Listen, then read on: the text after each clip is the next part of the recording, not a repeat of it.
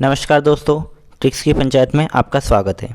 और हमारी आज की पंचायत का विषय है सामान्य प्रबंधन अर्थात जनरल मैनेजमेंट। दोस्तों, पटवारी, ग्रुप 2 एवं अन्य एग्ज़ाम में अब मैनेजमेंट पूछा जा रहा है, इसलिए हम जनरल मैनेजमेंट के 500 प्लस MCQ की सीरीज़ लाए हैं, जिसमें आपको पिछले कुछ सालों के एग्ज़ाम पेपर के MCQ मिलेंगे। साथ ही कुछ और क्वेश्चन भी हम सॉल्व करेंगे जो एग्ज़ाम के पॉइंट ऑफ व्यू से हमारे लिए ज़रूरी है। तो चलिए अब हम MCQ स्टार्ट करते हैं। देखते हैं हमारा पहला क्वेश्चन। हमारा पहला क्वेश्चन है, भारत में लेखा मानक एक किस विषय में व्याख्या करता है? नकदी प्रवाह विवरण, लेखांकन नीतियों का प्रकटीकरण, मूल्यह्रास लेखा या सूची मूल्यांकन। सबसे पहले जानते हैं लेखा मानक क्या होता है।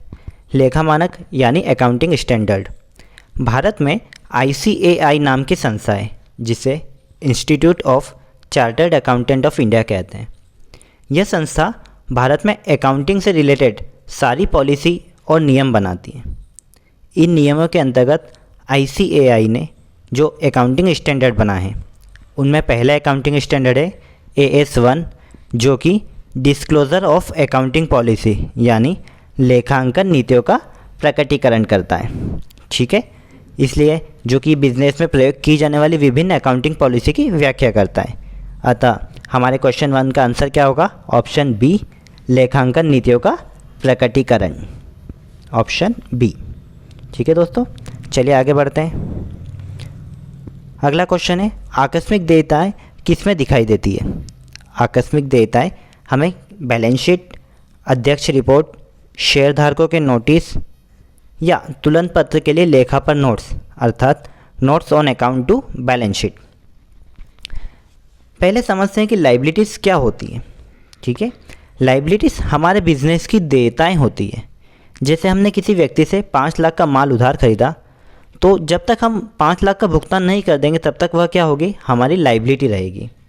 दोस्तों, जो लाइबिलिटी और असेट्स होती है वो जो हमें पहले से पता होती है, उन्हें जैसे कि डेटर्स, क्रेडिटर्स, मशीन, बिल्डिंग इत्यादि, उन्हें तो हम बैलेंस शीट में लिखते हैं। परंतु जो कंटिंजेंट लाइबिलिटी होती है, जो अचानक से आ जाती है, उन्हें कंटिंजेंट लाइबिलिटी कहते हैं। उन कंटिंजेंट लाइबिलिटी को बैलेंस शीट के नीचे नोट डालकर लिखते हैं। अतः हमारा ऑप्शन डी, तुलन पत्र के लिए लेखा पर नोट्स, ये हमारा ऑप्शन डी सही आंसर होगा। ठीक है दोस्तों, चलिए आगे बढ़ते हैं। क्वेश्चन 3, प्रशिक्षण के इन क्षेत्र में से कौन एक कर्मचारी का उसकी समस्याओं को सफलतापूर्वक निपटान करने के लिए तैयार करता है? ऑप्शन ए, मानव संबंध प्रशिक्षण, ऑप्शन बी, समस्या समाधान प्रशिक्षण, ऑप्शन सी, कौशल आधारित प्रशिक्षण या ऑप्शन डी, प्रबंधन प्रशिक्षण। दोस्तों, कुछ प्रश्न ऐसे आते हैं जो कि बड़े होते हैं या हमें डायरेक्ट समझ नहीं आते हैं, तब हम उस क्वेश्चन में देखेंगे ये मुख्य रूप से किस बारे में पूछ रहा है या किस बारे में जानना चाह रहा है। ठीक है, जैसे इस क्वेश्चन में क्या कहा है? समस्याओं को सफलतापूर्वक निपटाने के लिए। किस बारे में कहा है इसमें हमें क्वेश्चन ने पूछा है समस्याओं को सफलतापूर्वक निपटाने के बारे में बात की गई है। अतः अब हम इसमें ऑप्शन देखेंगे कि कौन सा इस ऑप्शन हमें डायरेक्ट इससे कनेक्ट कर रहा है। हाँ, ऑप्शन बी देखेंगे, समस्या समाधान प्रशिक्षण। तो हाँ, समस्या समाधान प्रशिक्षण जो होता है वह कर्मचारी को समस्याओं को सफलतापूर्वक निपटाने के लिए तैयार करता है। तो इस क्वेश्चन का ऑप्शन बी हमारा सही आंसर होगा। चलिए आगे बढ़ते हैं।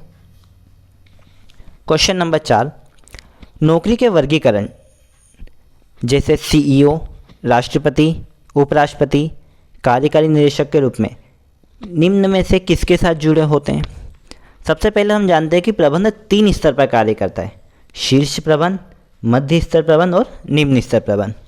इस प्रश्न में जो वर्गीकरण है, जैसे किसी कंपनी का CEO, राष्ट्रपति, उपराष्ट्रपति, कार्यकारी निदेशक, जैसे इन नामों को पढ़कर ही हम समझ सकते हैं कि किसी भी प्रबंध के उच्च स्तर के साथ जुड़े होते हैं। अतः हमारा ऑप्शन ए, शीर्ष प्रबंधक सही जवाब होगा। ठीक है दोस्तों, चलिए आगे बढ़ते हैं। अगला क्वेश्चन देखते हैं। अगला क्वेश्चन है, पूंजीगत व्यय, कैपिटल एक्सपेंडिचर निम्न में से किस में परिलक्षित होते हैं? Trading account, P&L account, profit and loss appropriation account या फिर बैलेंस शीट। पूंजीगत व्यय क्या होते हैं? सबसे पहले बताते हैं कि पूंजीगत व्यय वे व्यय होते हैं जिनकी प्रकृति फिक्स्ड और दीर्घकालिक होती है, जैसे कि बिल्डिंग, मशीन इत्यादि।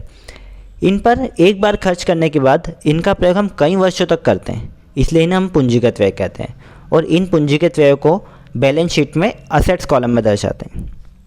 दोस्तों, इस क्वेश्चन को देखकर या कुछ अन्य क्वेश्चन को देखकर आपके मन में एक डाउट आया होगा कि ये ट्रेडिंग अकाउंट, P&L अकाउंट और बैलेंस शीट क्या होती है, पूंजीगत व्यय क्या होते हैं, इन्हें बैलेंस शीट में ही क्यों और लिखते हैं।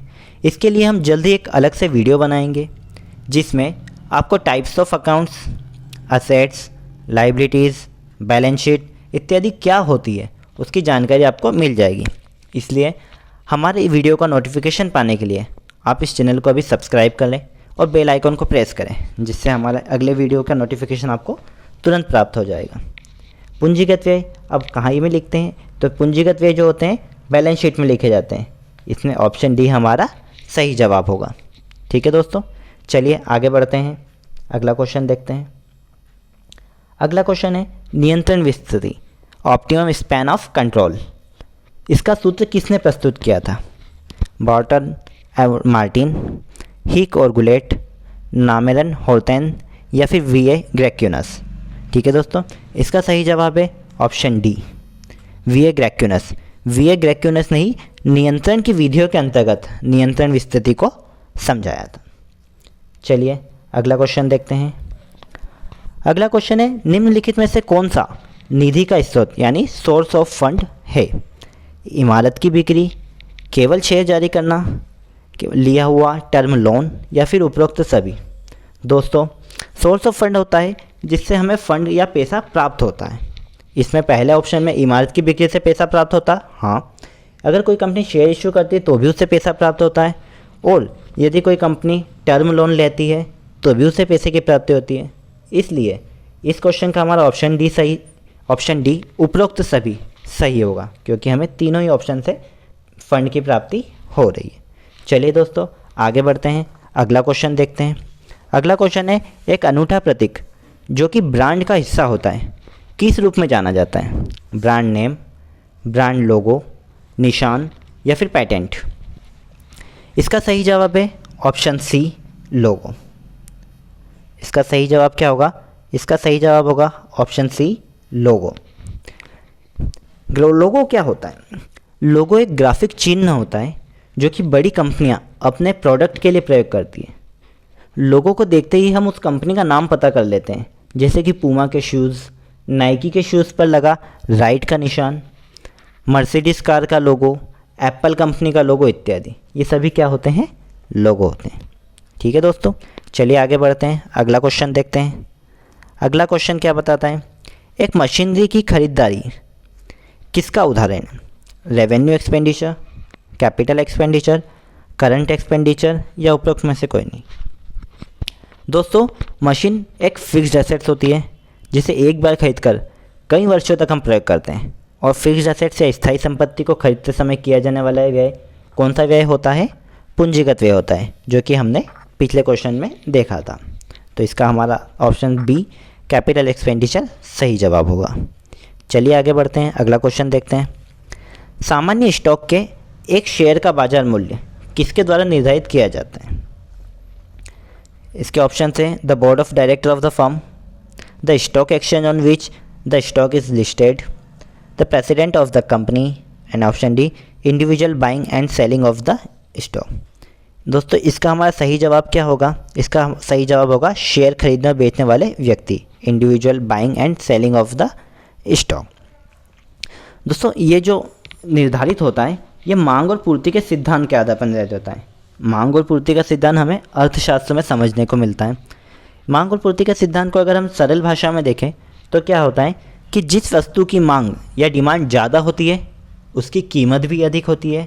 इसके ठीक विपरीत यदि किसी वस्तु की मांग कम होती है तो उसकी कीमत भी कम होती है। यही सिद्धांत किसी कंपनी के शेयर बाजार का मूल्य का निर्धारण करता है। ठीक है दोस्तों, चलिए आगे बढ़ते हैं, अगला क्वेश्चन देखते हैं।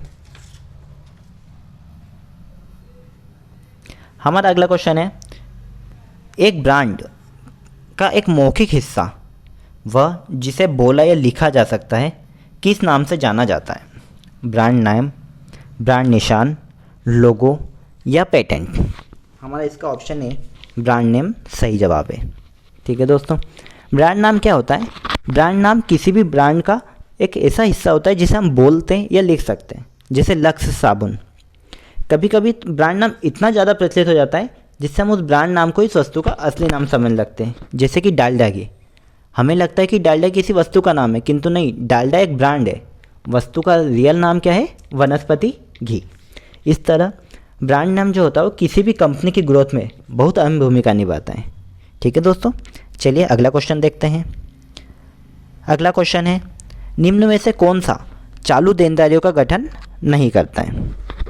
व्यापार लेनदार यानी trade creditors, outstanding expenses, debtors या प्रपोज डिविडेंड। ठीक है दोस्तों, चालू देनदारियाँ क्या होती है?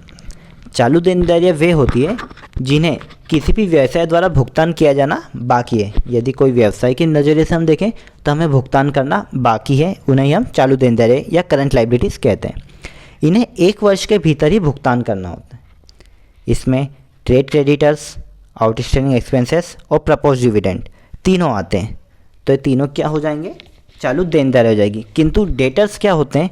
डेटर्स वे व्यक्ति होते हैं जिससे बिजनेस को पैसा लेना बाकी है, जिससे हमें पैसा प्राप्त होना है।